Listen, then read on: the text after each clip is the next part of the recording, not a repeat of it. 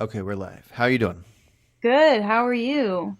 I'm doing good. I'm doing good. All right. Yeah. Um, okay, so I think I saw a post you did about the election. Yeah. Nothing enough to know many of your thoughts, just that maybe you're disappointed in the outcome.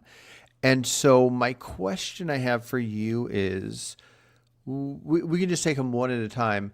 What are some concerns you have with the Trump presidency?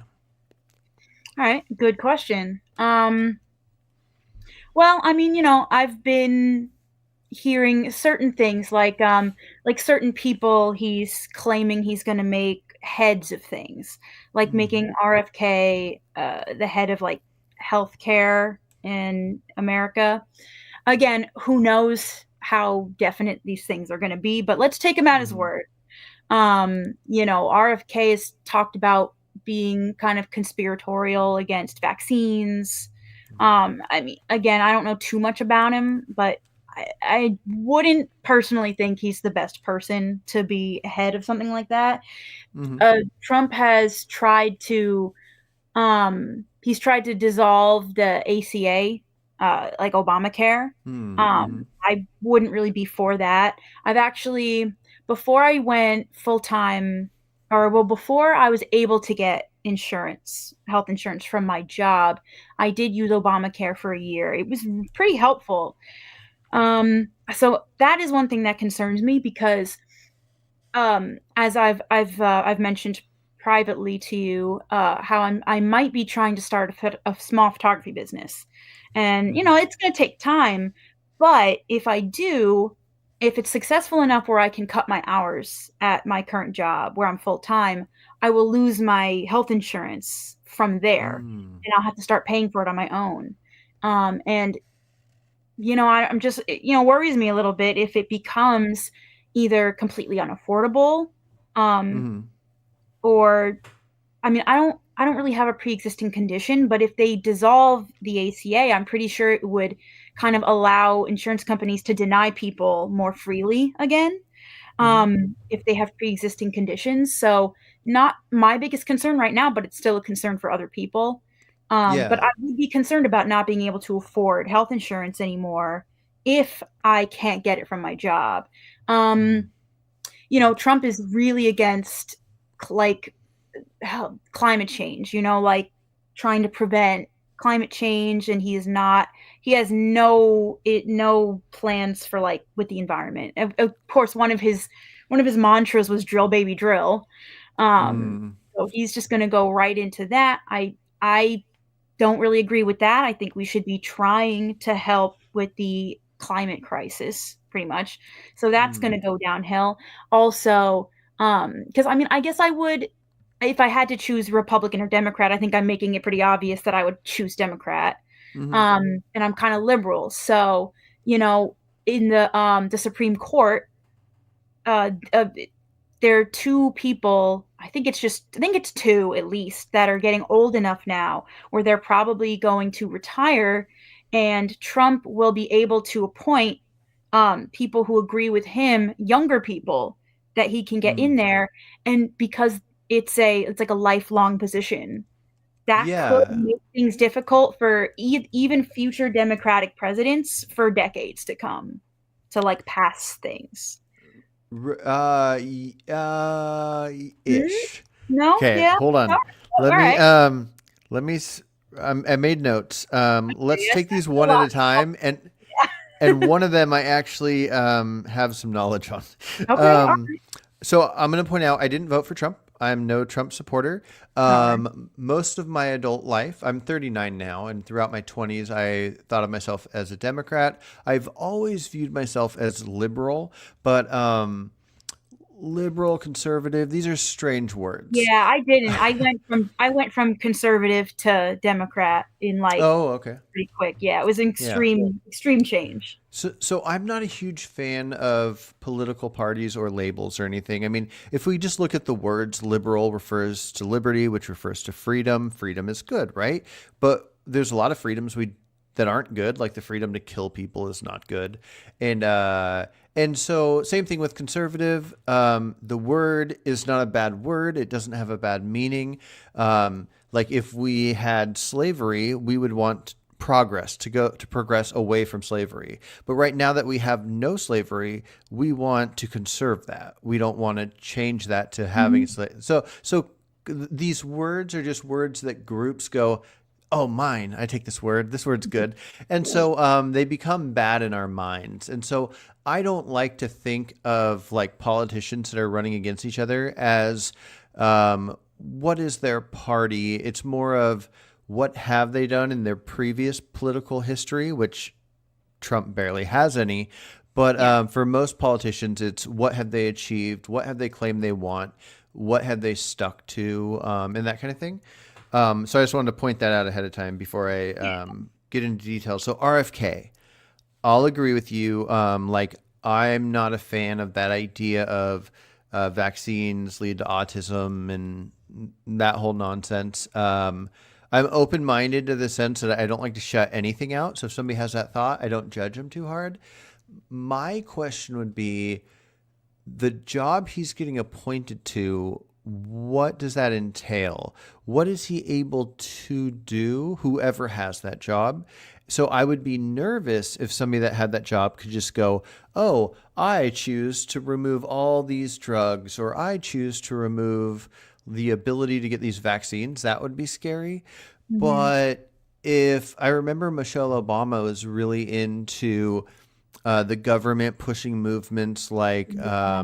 Move More and different Yeah. like health initiatives. I remember that she was actually for changing up the food in schools first, Hmm. and then she got like fought against by the big, the big companies that did not like that, and so they it seems like they twisted her arm to change it to being more about exercise instead Hmm. of nutrition because well, anyway, Yeah. continue. I Well, yeah. No, I think you're right. But I'm just curious because I'm okay with anybody having that job if their job is to try different ideas, kind of like that Move More Michelle Obama thing.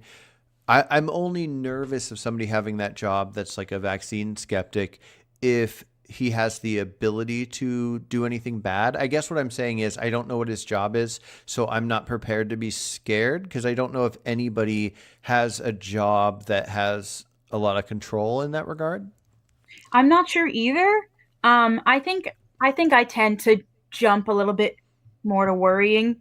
Yeah, I'm yeah, a little like fair, fair. I'm a bit of a worrier.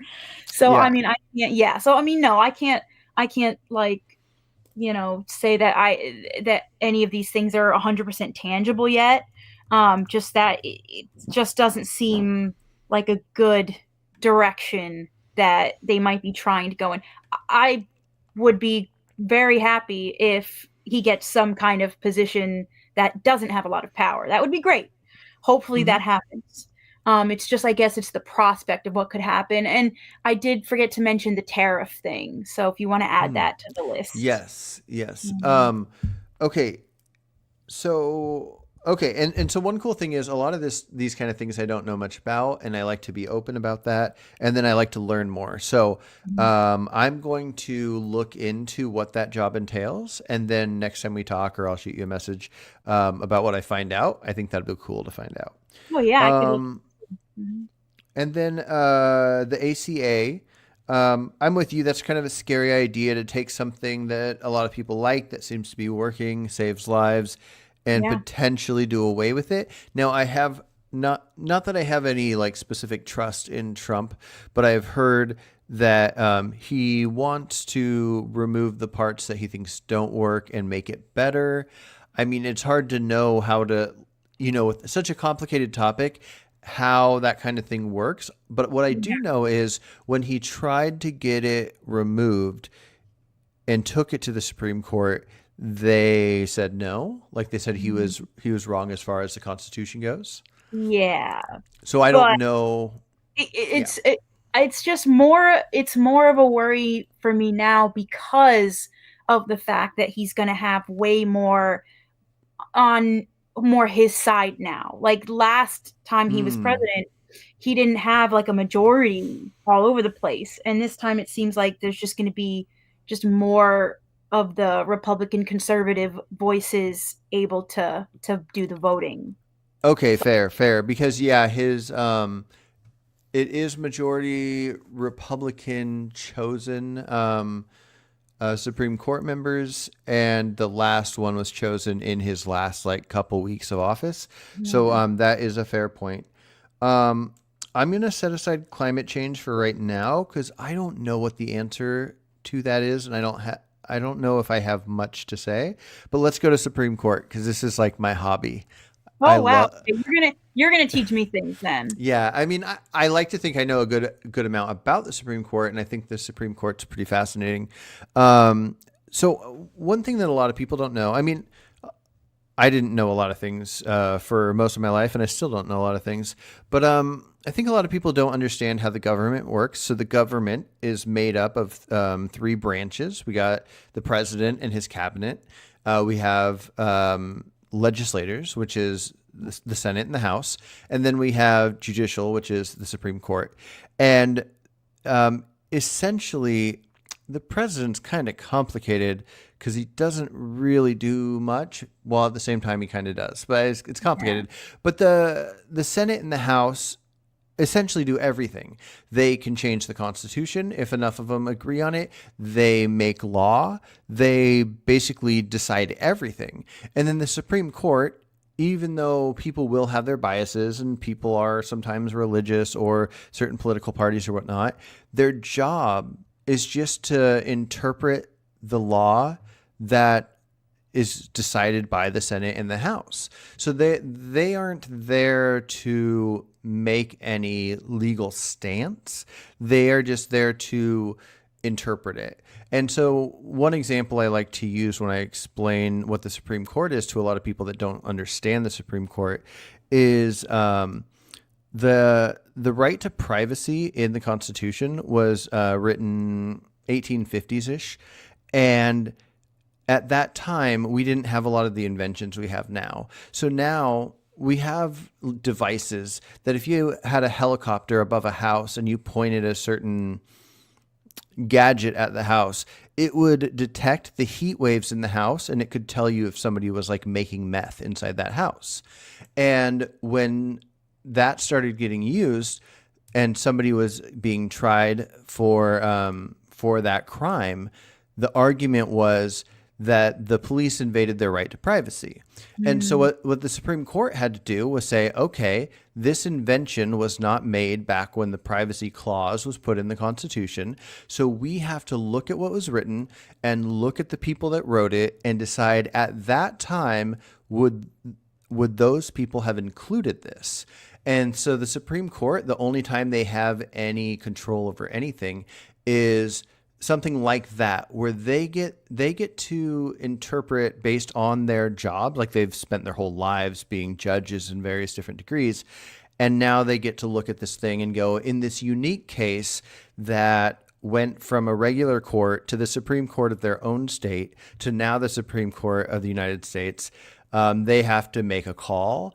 And then Mhm. whatever call they make is what's going to be used for future things. So when people bring up future cases that are similar, they'll go, "Oh, okay, the last thing the Supreme Court is that decided is this, and so we're going to stick to this." And it's called case law.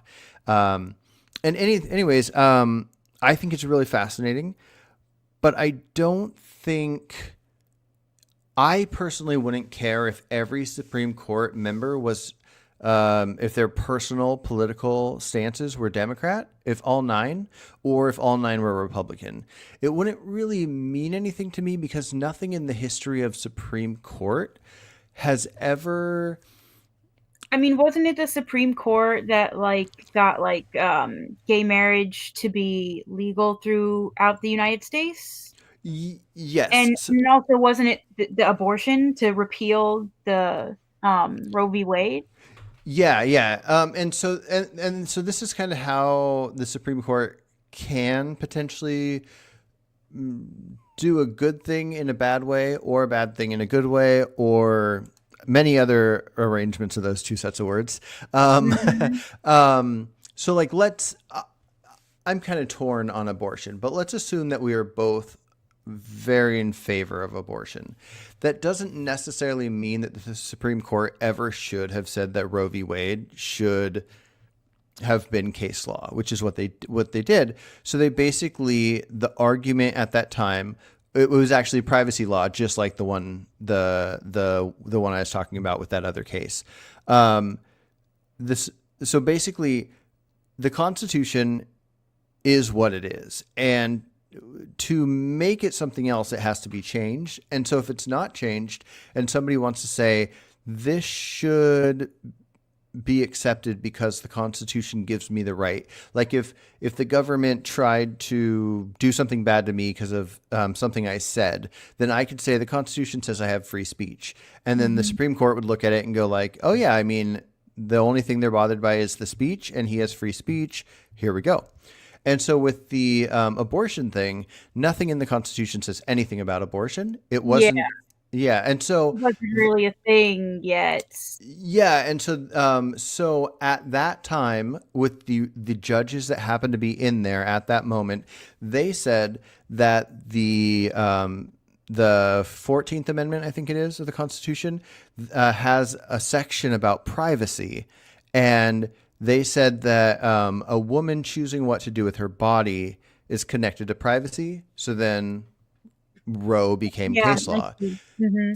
And so then other judges could go, well, no, like the concern is that there's a human inside there, and so you can have say over privacy, but not about the human that's in there. And so when Roe passed, it was based on the idea of saying a human does not have value until viability. And at the time of Roe in 1973, viability was thought of as 28 weeks. So Yeah. part of the law that went through the case law from the Supreme Court was a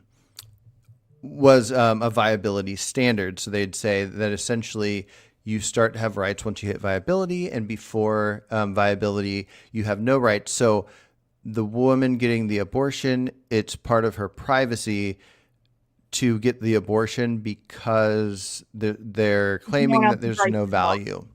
Yeah, and so the Mhm. value decision would have to be something that the lawmakers would make. I mean, so us regular citizens can talk about these topics, and whatever is overwhelmingly popular will usually get decided by the lawmakers that we vote into place, and then they'll make laws about it. And sometimes it works well in our favor, sometimes it doesn't. Sometimes it Yeah, takes a while to work in our yeah. favor. I do Um, small interjection, I do know that a like, a lot like, most, if not all of the really restrictive, like, laws that have been put into place since Roe v. Wade was overturned have, like, not been wanted by the majority of, like, the population in the states. Um, oh, you but mean the abortion laws in yeah, each state? new laws that have been either, like, the ones that have been reintroduced because they were, like, in place and then negated, and so they're, like, Mm. reintroduced, or, like, new ones, like the heartbeat one, stuff Yeah. like really those really extreme ones are, like, the majority of citizens aren't actually not in favor, but they're there Mhm. anyway.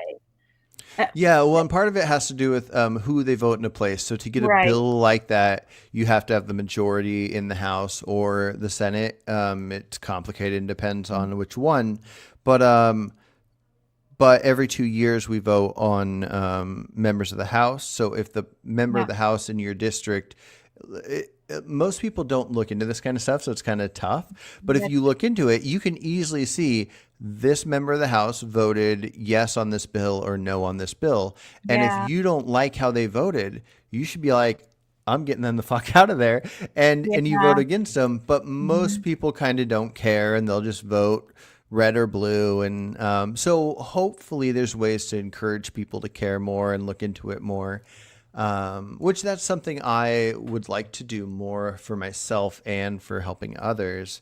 Um, but yeah, so So with the Supreme Court, yeah, it's pretty complicated. One thing I wanted to mention, based on something you had said earlier, was about people being older and likely to either step down or die and then get replaced. So Hmm. the oldest member is Clarence Thomas. He's 76 right now, and Yep. interestingly enough, he is the first time and basically the only time in history that a judge was voted in by a Senate that had the majority in a different party. So he's a conservative Yeah. himself. And Yeah. it's the only time in history where the other parties, so the Democrats, were the majority in the Senate. So out of the 100 senators, more than 50 of them were Democrat, and he got voted in. And I looked it up, and out of all the history of Supreme Court, it's very interesting that basically the only times that somebody can be put in and will be put in is if the president that nominates the judge is of the same party as the majority of the Senate. So I think that's pretty Mhm. interesting. But anyways, so he's conservative. So if he steps down or dies, then he would just be replaced with another conservative. So that wouldn't really be an issue. But as far as the liberals that are in, one of them's 54, which is about the average age, one's 64, and one is 70.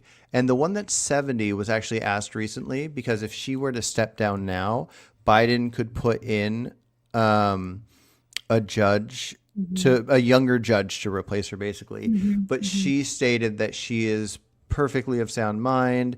The average judge doesn't step down or the average age for stepping down or dying or whatever is way above 75 and she's only 70 and she has no plans of leaving. So she would be the only concern I could see just to put your mind at ease.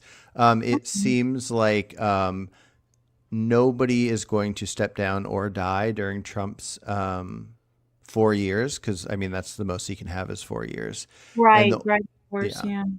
and the Do you only one think that possibly would be Clarence Thomas, and yeah. he's already conservative, so yeah. Do you have an issue with their, uh, terms being, like, lifelong? Do you think that? Because I feel like that's just I don't know, like, it just seems like why do we have any sort of position in the government that's literally lifelong? Yeah, yeah. So the idea of having them be lifelong is so that they can't be persuaded by anybody. Like with senators and members of the House, they technically could be bought. Like somebody could say like, "Oh, we'll donate this money to you," and so like with a member of the House, if they don't do what you want, then they know they can be voted out. So the intention for them, which is why it's every 2 years, is to scare them into basically just representing the people. That's why they're called the House of Representatives, Mm, is because they're not even really supposed to have opinions. They're supposed to have a group of people and they represent that district yeah, and they're supposed to find out what that district wants and represent them and vote completely. that way, but Yeah. they technically don't have to. They don't have to, but if they don't, they'll get voted out by the people that Right. do pay attention and care. Well, And yeah. so the Yeah. Senate is a 6 year term. And the reason for that 6 year term is the Senate is in charge of more. They have more control of the Constitution and how laws work. And the idea is that we vote them in to like based on the values we care about, but we don't want them to do things based on the masses. We don't want like the popular opinion to take over then. We want these people that are skilled at their job to do well at their job. Like that they understand things that us regular people don't fully understand. Like when we're talking about $1 billion of taxes and where they go, it's hard to know, like should the military have $8 billion spent or Yeah. $6 billion spent? Mhm. Like it's hard or like with foreign affairs, like should we be helping this country or this country? It's complicated things that we're kind of supposed to leave up to the Senate, and so we don't want them to be scared that they're getting voted out. So that's why they're 6 years instead of two. And then with the Supreme Court, the idea is that we don't want them to be scared into doing what they think the people want. They're supposed to be just interpreting the law based on themselves as judges. And that's why I said I wouldn't care if they're all Democrats or all Republicans, because I've never seen in the history of the Supreme Court, I've never seen anything that has felt like the Constitution made a specific claim and the Supreme Court went against that claim. Like, I don't judge the people that said they think that abortion fits into the Constitution, and I don't judge the people that said they don't think it fits in. Like, there's never been a Supreme Court situation where there's something clearly in the Constitution and they go, nope, it's not in there. Just and you can tell, like, where you could tell that it's because of their beliefs or their personal biases.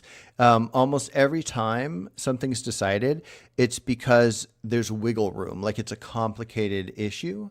And the only time I would be scared of the Supreme Court is if we ever see a case where they clearly are going off of personal opinion. Like, yeah, personal I opinion in life, not of the Constitution. yeah, I guess that makes sense. I guess I would be a little concerned about that potentially. I guess like if if no one leaves the Supreme Court during Trump's presidency, then not a big deal. I guess I don't know. I guess I would just hope that he doesn't. I don't know. Like I don't know exactly how it works. Like I don't know if, Hmm. there could be the opportunity if one or two, let's say conservative spots open up that Hmm. like because I mean there are conservatives who have like personal religious agendas that they literally do like bring into that kind of a system.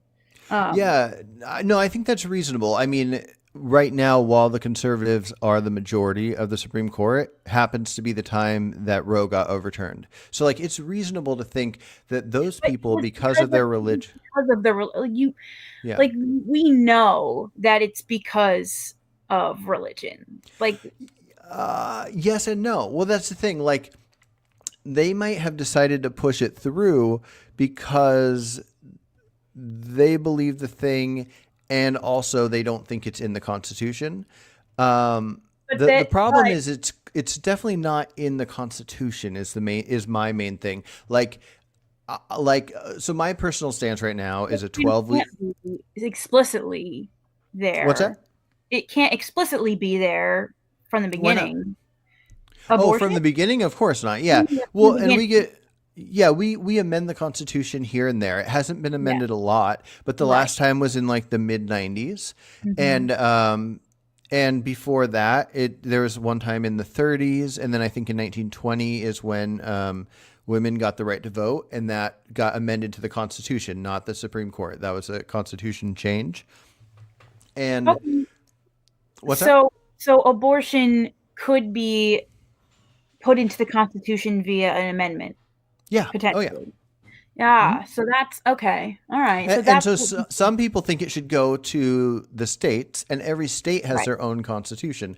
So Right. some states have added to their constitution since this overturn of Roe. They've added in their constitution essentially what Roe says, Yes. which is the viability cutoff, and Yeah. then some have put other things in there. And so the question is, how what do we think of the idea of states having their own control? And it's kind of similar to the idea of, should the same government control all of Canada, the US, and Mexico? Or is it Hmm. good to have it separated into different areas? And if it is good to have it separated, then how separate should we make it? Yeah. Yeah. It's that right there is obviously a nuanced take because you could kind of argue either way, where it's like, oh well, if there are states that have their laws that are, let's just say, that are harmful to a degree. Let's say they have some that Mhm. are harmful, then you could argue it both ways. You'd be like, well, the country as a whole should try to prevent harmful, like states, individual states from passing harmful laws. Or you could Hmm. say, okay, well, then the people who like those quote unquote harmful laws can live in those states, and people who don't like it can live in other states. Hmm. You could say that, but yeah, it's not possible for a lot of people to just up and move. Yeah. A lot of people found themselves stranded in a state that they lived their whole lives that ended up implementing certain abortion laws that have literally killed people. People Yeah. have died. So that's, I don't know. I tend to lean towards wanting to prevent those laws from being able to be put into place in states. I think that's kind of where I lean. I Hmm. kind of get the states making their own rules, kind of a thing. But again, there's like a threshold. I feel like there has to be some kind of threshold, and that's where I guess I would be for making an amendment to the actual Constitution that would cement, at least up to a certain point, uh, abortion legality. Hmm. Yeah, yeah, and I'm okay with it too. I think abortion's the most complicated topic possible. There's like nature fucked us. Na- Yeah, it is nature complicated. nature took our two biggest issues and merged them. Yeah. Oh Like my God. when humans were living in nature and decided to make a society by working together and having laws and rules, there's two immediate rules that must come up. I've never heard any better idea than this. But the two most important rules would be one, protection from being killed, right? Yep. So in nature, anybody can kill anybody. You're free to do whatever you want. You can kill people, you can rape people, you can torture people, you can steal from them. And that's part of nature. So you get this society and you say, we're all going to agree, I don't kill you, you don't kill me. And we have this law that's a deterrent, making us not want to kill each other, where you go to jail if you kill somebody. So rule number one, government protects you from being killed. Rule number two, if you're not hurting anybody or killing anybody, you have complete control of yourself. You can say whatever you want, do whatever you want if you're not hurting anybody. You have your bodily autonomy. No killing, no removing of bodily autonomy. And then we got this situation where the way we create humans is inside of somebody's body. And then so Yeah. you got this complicated thing. Like, I don't give a shit about a fertilized egg, but Yeah. some people do. And I Mhm. personally care around sentience, which is like 12 weeks gestated. But I know there's plenty of cases where people that have certain issues after that might need an abortion. I get that. And some people care so much about the bodily autonomy that they would say, not that this happens often, but they would say that they'd be on the side of letting a pregnant woman that's a day away from giving birth decide she wants to kill the fetus and have it removed or whatever. And I think even though that's not a common thing at all, I think it's worth talking about to know what laws should or should not exist. Yeah, I mean, like when it comes to that, I think there's a good case to be made for that in that situation. It would just be like a C-section at that point, Hmm. and it would like you're one day away. Like it would be because if we take that example or that I guess the analogy of like someone being hooked up to the violin player or whatever, Yeah, yeah, if yeah. you take that analogy doesn't say that the person would be like, I don't want this guy attached to me, slit his throat. It would be, I don't Hmm. want this guy attached to me, cut the cord or whatever. It wouldn't be like Yeah. literally like drive a knife into him. So in the situation of the one day away, I would say at that point it would just have to be like a C-section, and the mother Hmm. would have to just be like put it up for adoption. you know? Right. No, and I feel the same way, but somebody might argue that she shouldn't have to be forced to have her body damaged. And so No, if no, but somebody, it would happen no matter what. An abortion would still you would still need Mhm. a C-section at that point. Well, somebody might argue that if you inject the baby with something and kill the baby with a drug essentially, and then dismember it and pull out its bodies in a way that's going to I feel harm, like that's very uh, risky. I don't think they do mm, that. That's um, I don't I yeah, think that's maybe they don't. Yeah. at that age of like the fetus, I literally don't think that that's even a thing. Hmm. I could be wrong, Yeah, but I'm not sure. I'm pretty sure in the second trimester that's the case. So between 13 and 24 weeks. But for the third trimester, so like a day before birth included, yeah, I think you might be right that they don't do it. It's just interesting to think of like what should exist. Now, I think at that Mhm. point, if there were earlier abortion options that weren't taken, then that person put it upon themselves. So they should be obligated to have a C-section or induced Mhm. birth or whatever. And yeah, it becomes complicated because one issue with the violin argument is in the violin argument, neither person wanted it. Two people are hooked up and didn't ask for anything. Where outside of cases of rape, pregnancies are a person making a new person dependent on them. And because I mean, your intention might be to not get pregnant. You might, use different birth controls, but you're doing an action that can get you pregnant, and then you get pregnant.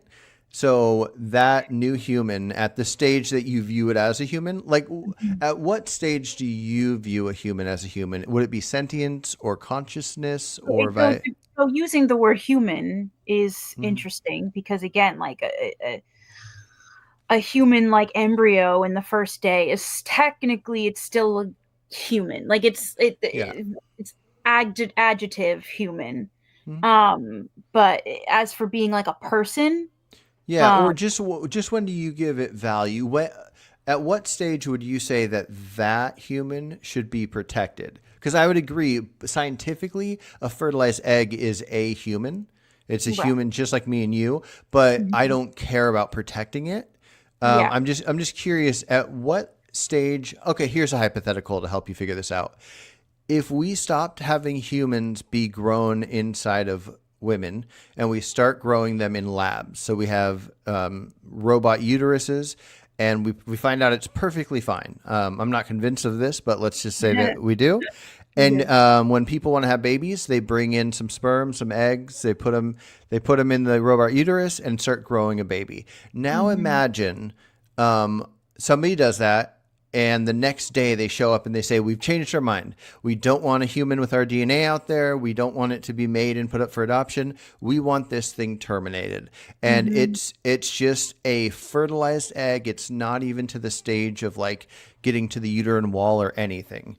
And then you can look at all the different stages, and then at some point you would want the society, you'd want the government to tell a couple that shows up and says, "We've changed our mind. We want it terminated."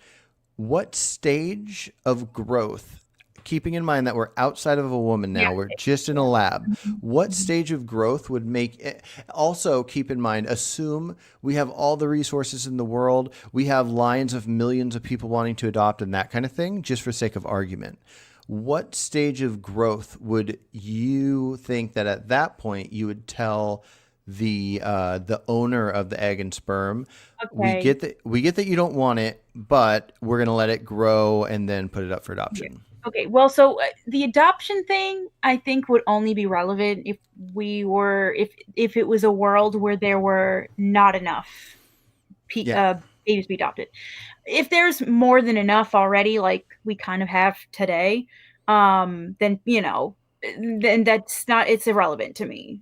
Then because it's like, oh, we'll make another one to add to the pool of people needing to be adopted, but there's not enough Mhm. people out there wanting to adopt. So yeah, Um, so now we're just going to look at moral worth, and so we're yeah, not going to look at issues we have in our society. We're going to look at a hypothetical perfect yeah. scenario. At that point, I would probably have to say, I think I'd, I think I'd have to say viability. Okay. Obviously, there's a bit of a gray area there. Different fetuses survive at different Mhm. ages, but I don't know. I think I would have to say viability. What is it about the viability that does it? That's a good question. I'm trying to figure It's that hard on the out. spot. I know I I'm thought about this stuff for a while, and I get mhm, challenged all the time, and I'm like, "Oh, yeah, wait a minute." because I Um, was going between sentience and viability in my mhm. mind. Um, Yeah. because I don't because the sentience, even sentience, like have they ever been conscious? Like, has the fetus ever been Mm. conscious? Even if maybe it has the potent like the possibility of being sentient if it were to wake up, but if it Hmm. never is really like consciously awake, does that count? Yeah, so to detect if there's sentience, there's a handful of things. Mostly you have to experience sensations. So Mhm. if you poke the fetus with a needle and it recoils or something like that, so you know that it's feeling harm.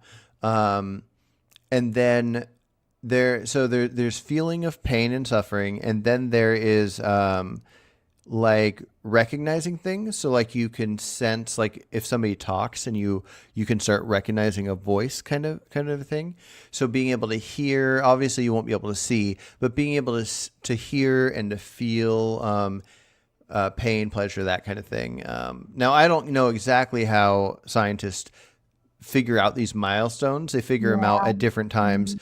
Like they detect when brain growth. Here, I'm actually writing a book on this topic right now, and and let's see if I can get to this. Oh my gosh, this thing did not want to be opened right now. Um, Yeah, because even sentience could be thought of as a bit of a spectrum. oh yeah, definitely. And same Too. thing with consciousness. Like Yeah, it's yeah. kind of just like when you can detect that there's likely the start of it. Let's see okay, brain activity. You ready for this? Hmm.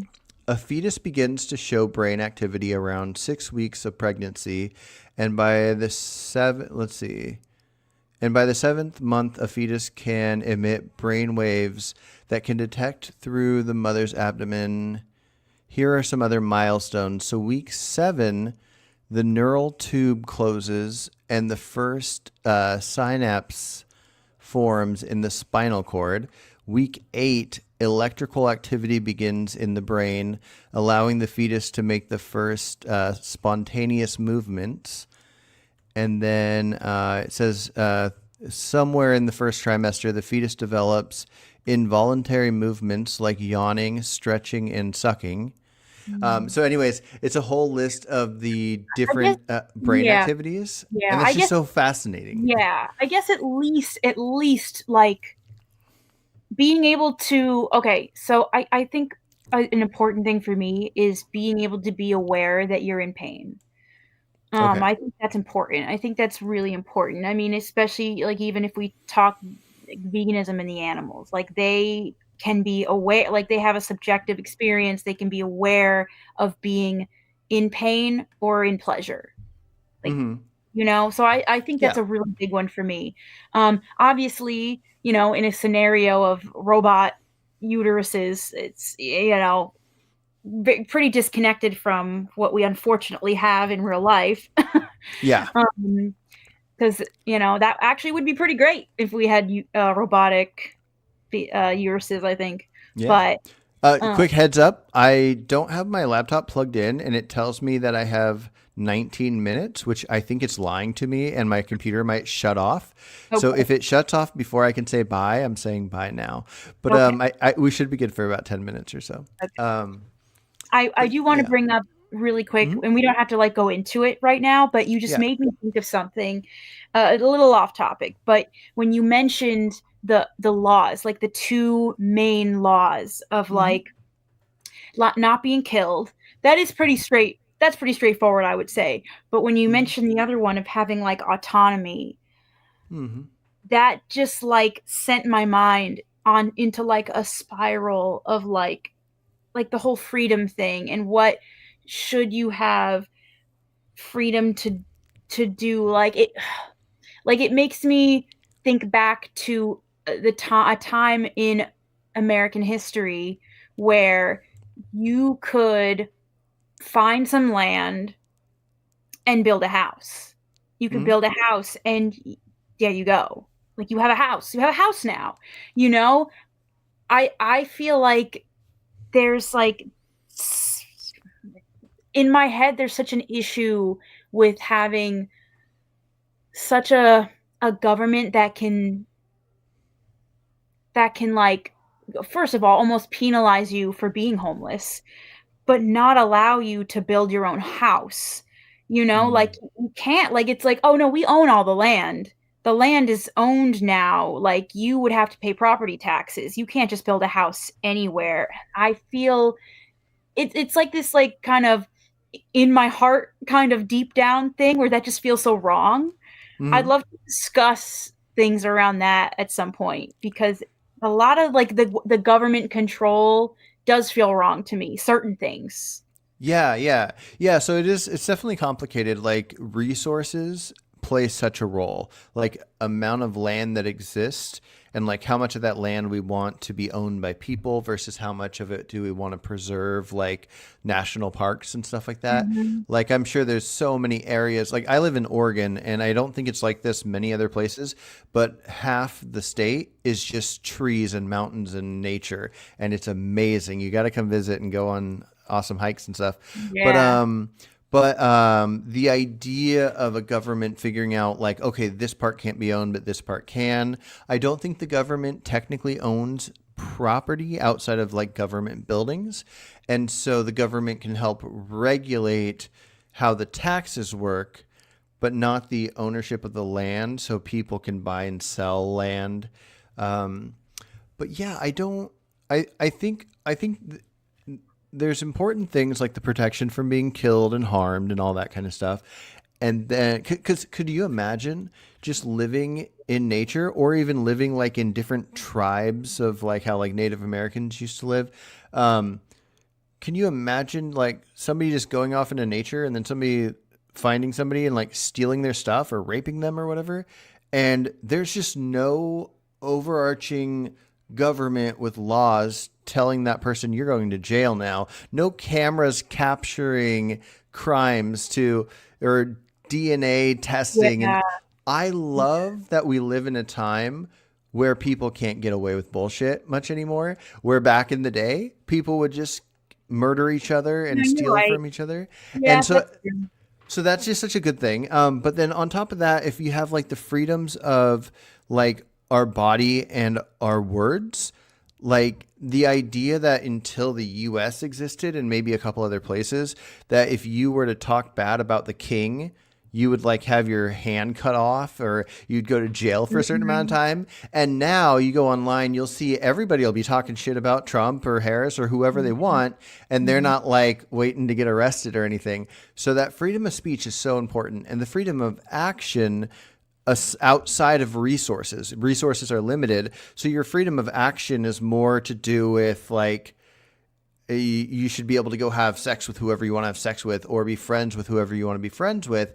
And you should be able to do handstands and whatever you want to do. You can put tattoos on yourself. You can do anything that's not harming others. It's just such an important freedom that we have not always had. Obviously, it used Yeah. to be illegal to be gay and a whole bunch of bullshit because of religion and some dumb stuff. But with property, I think that's one of the toughest things in the world. Like I got a copy of Watership Down right here, and this is my copy. Like nobody should be able to take this copy. This is a physical thing, and I own it. But it becomes complicated when we're looking at how much of something there is. Like somebody could try to own all the food in the world, but then Yeah. other people need that food. Like other people don't need Watership Down, although it might benefit them. And same with land. Like we all want houses, we all want opportunity. Like should it be divvied out based on humans just existing? Like should every millionaire's mansion house be like cut in half and shared with somebody else? I don't know what the right answers are to these things. I think Yeah. homelessness is such a bigger problem than even property at all because Yeah. you know how there's that whole thing where half the time people that win the lottery and will get billion or not billions but like millions of dollars after a few years it'll all be gone because some Yeah. people just don't know what to do with money. They have no concept of how to not lose it on accident. Yeah. Yeah. And I think the same thing goes for like some homeless people.